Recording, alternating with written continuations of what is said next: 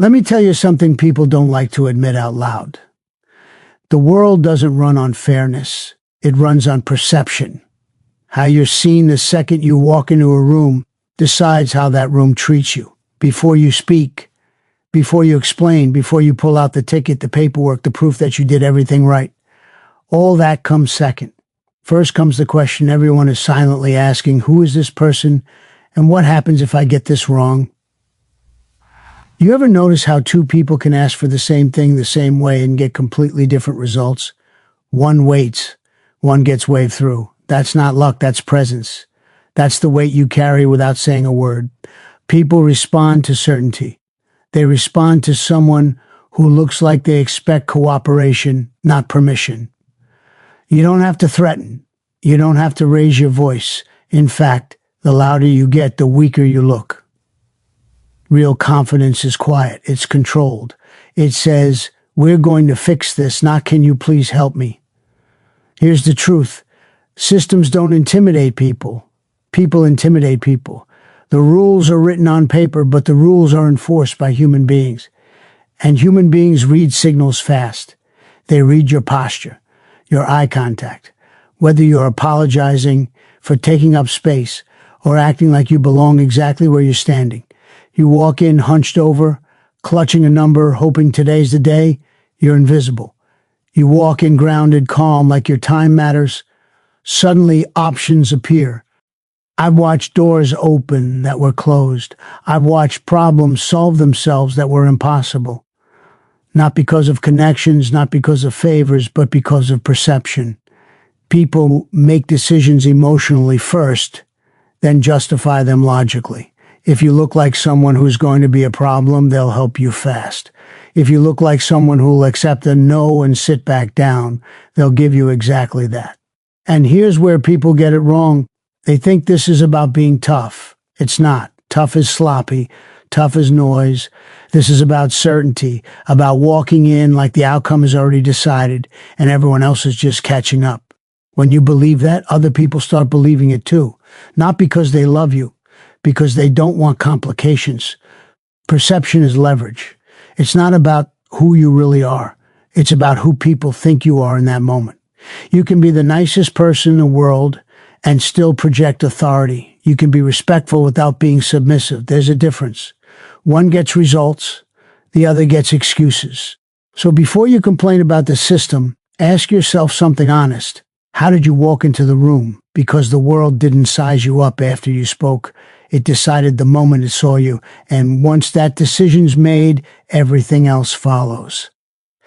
Now let's talk about something that gets people stuck for years without them even realizing it, the difference between compliance and confidence. Most people are trained to comply. Stand here, take a number, wait your turn, don't make waves, be polite. And look, there's nothing wrong with being respectful, but somewhere along the line, respect got confused with surrender. And that's where things start going sideways. Compliance says, I'll take whatever you give me. Confidence says, we're going to get this handled. Same situation, same words maybe, totally different energy. And people feel that energy immediately. The person who complies is hoping for a good outcome. The person who's confident expects one. Hope puts you beneath the process. Expectation puts the process beneath you. You ever watch how fast someone moves when they think there might be consequences? All of a sudden, the rules aren't so rigid. The policy's got flexibility as supervisor becomes available. That's not because the system changed. It's because the posture changed. The confident person isn't asking for permission to be helped. They're assuming cooperation is the default. And when you assume that, others fall into line without even knowing why. Here's the mistake people make. They think confidence means confrontation. No, that's amateur stuff. Confidence is calm. It's steady. It's walking up to the counter like the conversation is already half over. You're not there to debate whether something can be done. You're there to decide how it gets done. There's no rush in your voice, no explanation overload. The more you explain, the more you sound unsure. The more unsure you sound, the more resistance you invite. Compliance, on the other hand, over-explains. It justifies, it waits for approval. And waiting sends a message. It says, You're in charge of me. Once that message is sent, getting it back is almost impossible because now you're not a priority. You're a task, something to deal with later, maybe. And let me tell you something else. Systems love compliant people. They don't challenge delays. They don't push back on nonsense. They accept that's just how it is. Confident people don't accept that, not loudly, not angrily. They just don't accept it. They pause, they look at you, and they let the silence do the work.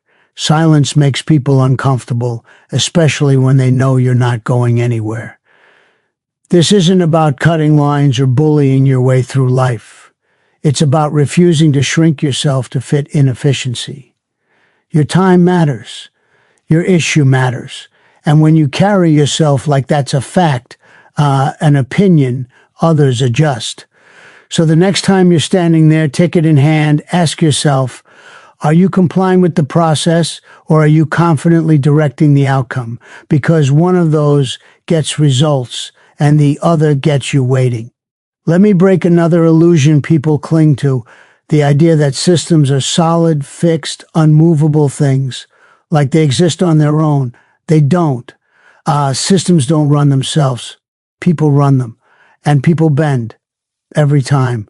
The rule book might be thick, but the human enforcing it is always thicker with emotion, fear, ego, and self-interest. You've heard it before, that's policy. Sounds final, right? Like a brick wall.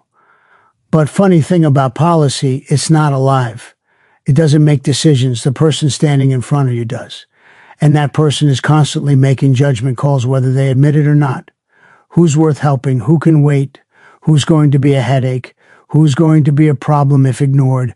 Watch closely and you'll see it. The same rule that blocks one person magically disappears for another. Not because the rule changed, but because the risk calculation did. People don't enforce rules equally. They enforce them strategically. They ask themselves, what happens if I say no? And the answer to that question decides everything. Most people think rules protect them. That's why they hide behind them. It's safer to say I can't than I won't. Safer to blame the system than take responsibility for a decision. But when someone steps in who looks like they won't just accept that answer, the shield drops. Suddenly there's discretion, exceptions, escalation paths, options nobody mentioned 5 minutes ago. And listen, this isn't corruption. This is human nature. People want easy days. They want smooth interactions. They want to avoid stress. So when someone shows up who looks like friction, the fastest way to reduce friction is to solve the problem. That's why confidence works. Not because it's aggressive, but because it changes the cost of resistance. Here's where people mess up. They argue with the rule. That's useless. The rule doesn't care. You don't debate policy. You shift the human equation. You don't say, this rule is wrong. You say, without saying it, I'm not the person you want to stall. Big difference. One invites conflict. The other invites cooperation. I've seen people quote paragraphs, show documents, plead their case perfectly, and still get nowhere. Then someone else walks up, says half as much, stands a little straighter, pauses a little longer, and everything moves. That's not coincidence. That's understanding how the world actually works, not how it's supposed to work. And here's the quiet part nobody teaches you. Most systems are designed assuming most people won't push. They rely on fatigue, on confusion, on compliance. They count on you getting tired and walking away. When you don't, when you stay calm and unmoved, the system has to adapt because now you're outside the model it was built for. So stop fighting the paperwork and start reading the person. Stop memorizing the rules and start understanding leverage. Because once you realize that systems are just people in costumes, you stop feeling powerless. And when you stop feeling powerless, the system suddenly finds a way to work. Now pay attention to this part because this is where most people completely miss the game, the silent language of presence. What you don't say matters more than anything that comes out of your mouth. Before a word is spoken, you've already communicated everything. Strength, uncertainty, patience, or desperation. Once those signals go out, they're hard to take back. You can spot it instantly if you know what to look for. Someone walks in fast, eyes darting, shoulders tight, rehearsing what they're going to say. That person is already asking for approval without opening their mouth. Then someone else walks in slower, shoulders relaxed, head up, takes a second before speaking. That pause alone tells everyone in the room something important. This person is not rushed, not nervous, and not easily dismissed.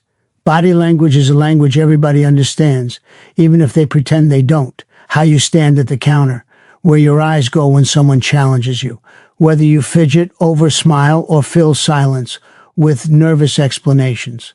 All of that is information, and the person across from you is reading it whether they want to or not. The biggest mistake people make is thinking they need to dominate the room. That's insecurity. Real presence doesn't need attention. It commands it quietly. You don't lean in too close. You don't wave your hands. You don't rush to be liked. You stay still. You listen. And when you speak like you expect to be heard. Not loud, clear. Silence is one of the most powerful tools there is. Most people can't handle it. They rush to fill it, and in doing that, they give up leverage. When someone says, "That's not possible," and you pause just for a second, you force them to sit with their own words. That pause says, "I'm not accepting that yet." And more often than not, they start talking again, explaining, backtracking, offering alternative, because now they're uncomfortable and you're not. Eye contact matters too. Not staring, not challenging, just steady, comfortable, like you've got nothing to prove. People break eye contact when they're unsure. They glance down when they feel subordinate. When you don't, it changes the balance immediately. You're no longer someone to manage, you're someone to deal with. And tone, this is important. Tone carries authority more than words ever will. You can say the exact same sentence two ways and get two completely different outcomes. One sounds like a request. The other sounds like a statement of fact. The difference isn't vocabulary, it's certainty. You don't ask, "Is there anything you can do?" You say, "Let's figure out how to fix this." Same message, different weight. Presence isn't about acting tough. It's about being grounded. About knowing you're allowed to take up space without apologizing for it. When you carry yourself that way, people adjust automatically. They speak differently, they move differently, they prioritize differently. So remember this. Before you ever make your case, you've already made an impression. And that impression decides how everything else goes. Now here's where people get uncomfortable, because it forces you to be honest about how the world really moves. Fear and respect. Everybody likes to say it's respect. Sounds nicer, sounds cleaner. But when things need to get done fast, when decisions matter, fear is usually the engine. Not panic, not violence, just the understanding that ignoring you has a cost. Think about it. When does someone suddenly become helpful? When they think there might be consequences. Not always big ones. Sometimes it's just extra work. An awkward conversation, a complaint, escalation. The possibility that this situation doesn't end cleanly if they brush you off. That's enough. People don't change behavior. B.